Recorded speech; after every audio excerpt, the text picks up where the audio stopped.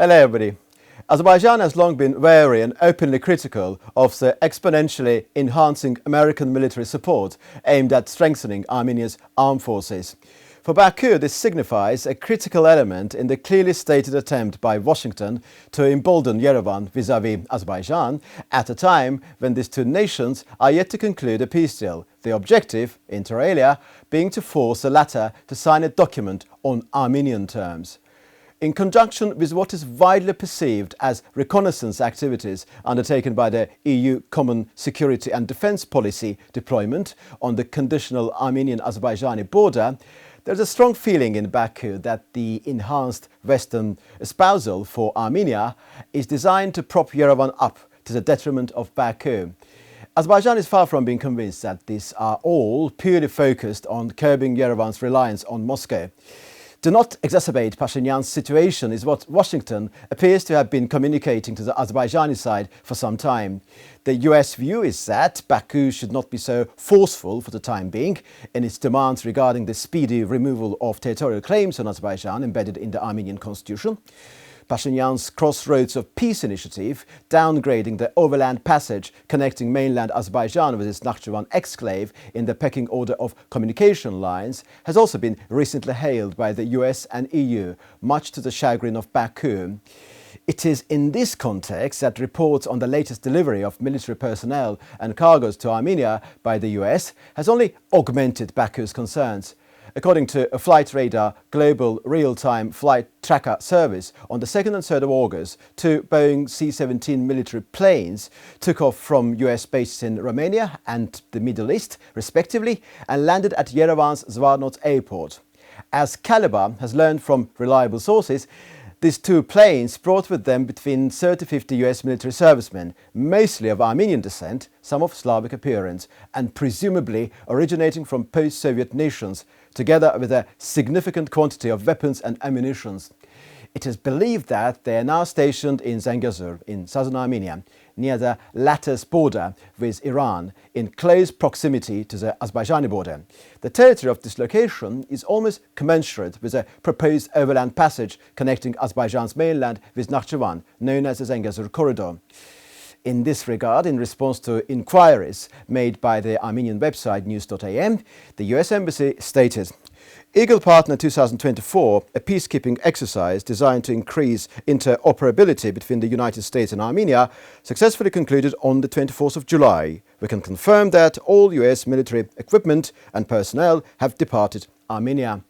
With all due respect to the US Embassy in Armenia, the Caliber piece entitled The US Army Enters Zangazur, Delivering Weapons and Personnel, was primarily about the latest delivery that took place on the 2nd and 3rd of August, not the Eagle Partner 2024 exercise, of which I will speak a bit later.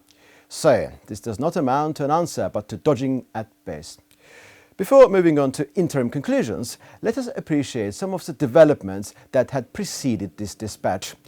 On the 5th of April, the EU and US committed themselves to strengthening Armenia's resilience, in a larger sense of this word, of course, with a thinly veiled military security component. At the time, Caliber was given to understand by informed sources that as part of the first phase of US assistance, the Armenian armed forces would receive new generation weapons, including sniper rifles, night vision devices, special communications equipment, body armor for special forces, strike mini-drones, compact mines and other munitions. Subsequent to the joint US-Armenia military drills labelled as Eagle Partner War Games, held between the 15th and 24th of July, during the course of which it is believed that Armenian special forces were trained on the use of these munitions, on the 25th of July, the Azerbaijani Defence Ministry reported that Yerevan had committed provocations using heavy weapons in the caliber.az and quadcopters in the Tovuz directions.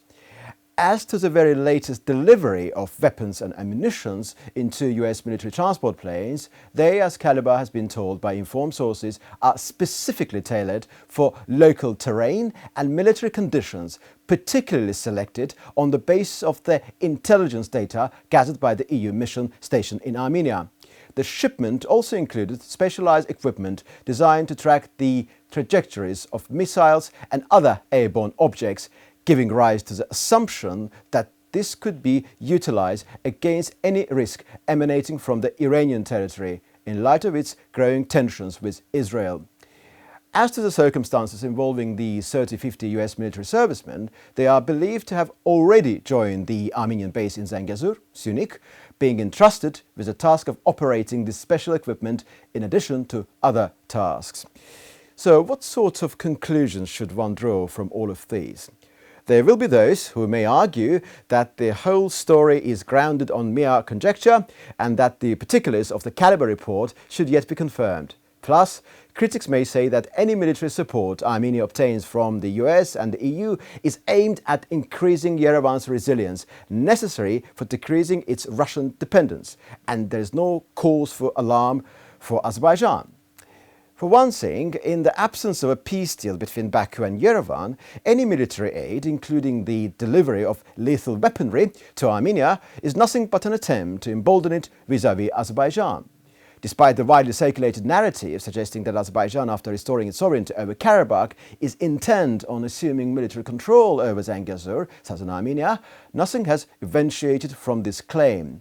Rather intriguingly, none of the border flare-ups that occurred this year were down to Azerbaijani mischief, but due to actions of the Armenian side, a fact which is not even contested by anybody. Baku cannot help but discern that the cumulative impact of the efforts undertaken by the EU, US and France emboldens Pashinyan and his cohorts to the extent of making him feel stubborn enough to vacillate regarding the constitutional obstacle, that is the presence of territorial claims to Azerbaijan in his country's constitution. On the whole, the visibly enhanced US military support for Armenia in conjunction with that of France and the EU, is seriously jeopardizing the prospects of a long overdue peace deal between Baku and Yerevan. Pashinyan remains consistently inconsistent, and this adds fire to his metal. Thank you very much.